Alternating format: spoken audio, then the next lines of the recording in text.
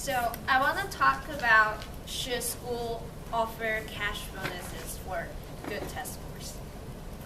Imagine tech is offering cash bonuses for good test scores. What will life become?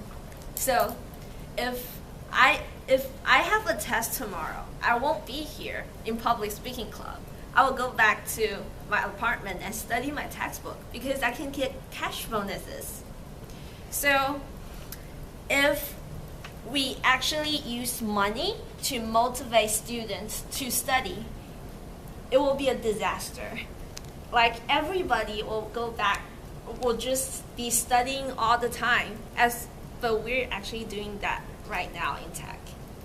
So no activity, no extracurriculum life, and nothing except studying. And what if my friend got good test scores on the test? I will actually talk to her. Hey, can we split the money because we studied together last night? Yeah, and she will probably refuse to do that, and then no friendship between us anymore. So I don't think it will be a good idea for tech to offer cash bonuses for good test score because test is not a competition. It should be a good way to do self-evaluation, for you to evaluate what you have learned in this class. And then if it is very competitive, students may get more stress in their campus life, and it will be really bad for them. What's the time?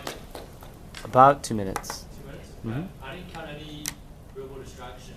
Like no fillers. I used one like. You used one like? I was counting. You like probably better at the verbal distraction count. We can use like. Like? Can we or can we not? Can we not use it? Only if it's distracting. That's the thing. A verbal distraction is something that is really distracting. Common ones are going to be like and Oh. It could honestly be something like so. And if you say that so many times that people actually notice it in your speech, then it becomes a verbal distraction. What is it? How many times do you use it? Can you explain? It can often be how many times you use it, because that's what brings it up. I can't give you a specific number that But if people you just notice. says, like, once, is it still a verbal distraction? Just because it's common, it's better to not say it even once. I mean, I have problems with that even. You just get into the habit if you say it at least one time or more than that. It's just something to get rid of if you can help it. So let's start out first. How is Tiffany's any pros? Who wants to be the captain of the pros? Show. She moved around really well, I think. She did the example of the triangle that we talked about last semester, which now we just kind of make it now just as long as you divide it thirds. So she did a good job with the triangle, I would say. Would we agree? Yay, nay, yay, nay. Yay. Okay. Body movement was solid. How about eye contact? Was eye contact searchlight? Did each of you thirds? Raise your hand if you thought you were looked at appropriately. Oh, you? Fiona, you did it? It's okay. Okay. So that's pretty good though. You got almost everyone. She was looking down too often. Down too often? Would we say that? So occasionally while you were recollecting your thoughts, you were looking down? Okay, so that's the area of improvement. Great point.